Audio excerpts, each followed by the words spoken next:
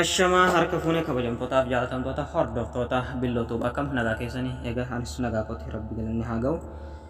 Maarree arras barumsa addaati walitti deebinaa jirra. Egaa ijoolleen sudarabaa jiraatan warroonni zeenii riyaala 15 riyaala 10 akkasuma barnaamija kana wajjin fayyadamtan jechuudha. Oduu gammachiisaa addaa tokko barnaamija kana irratti waan arge waan ofii kiyyaa rakkataa ture waan ammaan taniif arge barumsa dabalataa jechuudha. Asirratti warra kana fayyadamaa jirtan asirratti waan ofii kiyyaa duraan na rakkisaa ture jechuudha.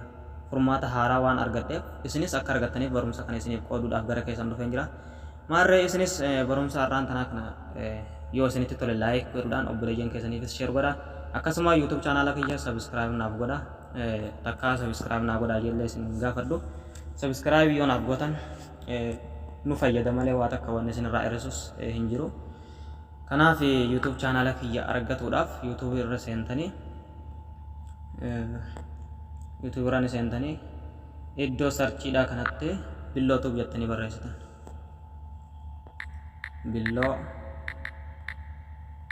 tuubii sarchi gootanii egaa billootuuf unoo isa kana isa suuraa qabu kana jechuudha. Billootuuf hedduu jira. Billoo san keessaa isin warra isa suuraa qabu kana subscribe gootanii jechuudha. Gana video 23 gadhiise subscribe nama 15 qofa. Kana jechuun akkaan gana jechuudha barumsa tokko illee isin hin barsiifne hamilee namaa waan cabsuudha maaliif subscribe godhuun waan isin irraa hir'isu hin qabu. Bu'aa yoo qabaate malee miidhaa tokko illee hin qabu jechuudha. Kanaaf subscribe haa waliif goonu. Fakkeenyaaf asirratti barumsa keessaa ijoolleen Suudarabiyaa keessa jiraatan barumsa akkaataa daataa jechuudha. Baasii tokko malee yookaan rasiida tokko malee akka itti fayyadamtan warroonni shari'aalee baaraa qabdanis sawaa qabdanis zeenii qabdan akkasuma mobaayilii qabdan hundi keessanuu asirratti waan isin barsiisuudhaaf deemuuf ammas viidiyoo kanatti aansee akkaataa shari'aalee baaraa bilaasha itti suudii keessa fayyadamtan viidiyoo haaraa qabadee waan dhufaa jiruuf subscribe godhaan eegaadha. Waan isin hin galle gaafadhaan isin hin jedha. YouTubein kiyya kana jechuudha subscribe naa godhaan isin hin jedha. Viidiyoolee babbareedduu hedduus keessa jiran nashiidaa jira walaloo jira. Kanaaf daawwadhaa like naa godhaa share godhaa YouTube kiyya subscribe naa godhaan isin hin jedha. Egaa barumsa har'aan tana qabadee isiniif dhufatteen isin dabarsaa. Egaa warroonni barnaamija kana fayyadamaa jirtan waan haaraa tokko irratti argee isiniif qooduudhaaf hin dhufe jechuudha. Wanni haaroon irratti arge maali? Fakkeenyaaf gizee bakka kana dhuftee bakka kanatti star jechuudha. Ammaan tana fakkeenyaaf beeksisa gizee inni akkatti isin dhufe irraa deebitanii star gizee goote daqiiqaa 8 qofa jechuudha. Duraan jalqaba gizee haaraa gabbuufattee bantu daqiiqaa 8 qofa si hisaabaa jechuudha bakka kanatti. Ammaan tana daqiiqaa 5 daqiiqaa 6 jechuudha.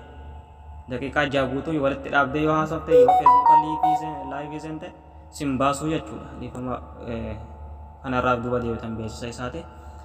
Kanaaf daqiiqaa 5 sa'aata akka guyyaa tokko godhuu dandeessaa jechuudha. Akkamitti akka gootan ammoo isin argisiisa ammas nafaana turaadha. Maaliif duraan daqiiqaa 8 qofa live seentee waraabuu hin dandeessu. Nama wajjin haasoftee yaada kan baatu haratti si qabaa jechuudha. Daqiiqaa 8 isaati gammatti bifa haaraan duuba deebi'ee bifa haaraan irra deebitee bantutti akka ammoo bakka shabakaan bareedaa yoo jiraatan ijoolleen zeenii fayyadamtan ifiif irra deebi'ee isin banaa jechuudha. Haasaa keessa yeroodhaaf haratti mure akka inni haratti isin murre akka yaada keessan ifaa bilisaan ibsattan warroonni laayivii seentan akka isin laayivii seentan yaada keessan xumurattan osoo inni isin hin dhaabne isin gargaaraa jechuudha. Kanaaf akkamitti akka akkas gootan bakka kanarra dhuftanii jechuudha. Bakka add time bakka itti bakka kana dhuftanii jechuudha. Bakka kana ni argitan jeeyyaadha. Bakka kana dhuftanii tuuxan gitu takkaaf yeroo tokkoof gizee bakka kana tuuxan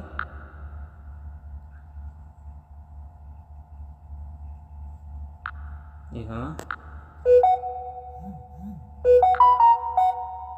akkatti gizee isiniif dhufe bakka add time jettu kana ni tuuxanii jechuudha.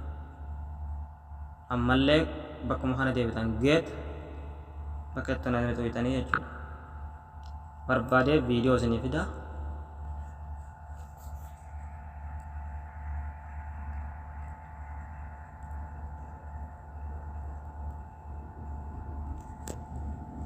haalan torki keessa irratti hundaa'eeti jechuudha yoo shabakaan keessan bareedaa ta'e dafee Every love story is beautiful, but ours is my favorite.